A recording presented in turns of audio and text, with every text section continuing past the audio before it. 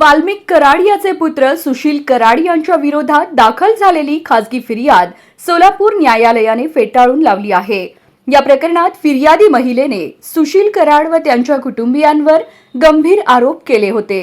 मात्र पोलीस तपास अहवालानुसार फिर्यादीचे आरोप निराधार असल्याचं स्पष्ट झालं आहे। याविषयी सुशील कराड यांच्या वकिलांनी सविस्तर माहिती दिली आहे। बघा नेमकं ते काय म्हणाले। सुशील कराड वगैरे तिघांविरुद्ध पीडित महिलेने सोलापूर न्यायालयामध्ये एक खाजगी फिर्याद दाखल केलेली होती।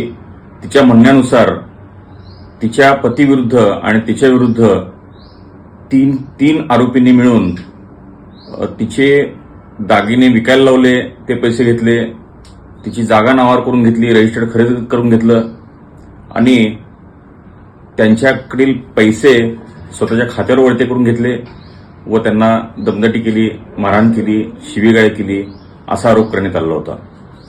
सदर फिर्याद दाखल केल्यानंतर न्यायालयाने आरोपींना नोटीस बजावलेली होती। आरोपीतर्फे आम्ही हजर होऊन आम्ही लेखी म्हणणं दाखल केलेलं होतं। त्यामध्ये आरोपींविरुद्ध जो तक्रारी अर्ज दाखल केलेला होता त्याची बीड पोलिसांनी पूर्णपणे चौकशी केलेली होती। तो चौकशी अहवाल तयार केलेला होता।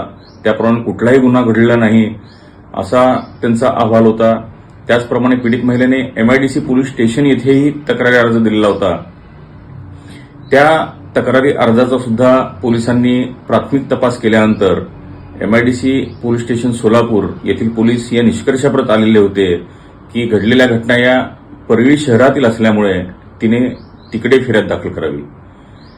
त्यामुळे त्याविरुद्ध या महिलेने न्यायालयात खाजगी फिर्याद दाखल केलेली होती।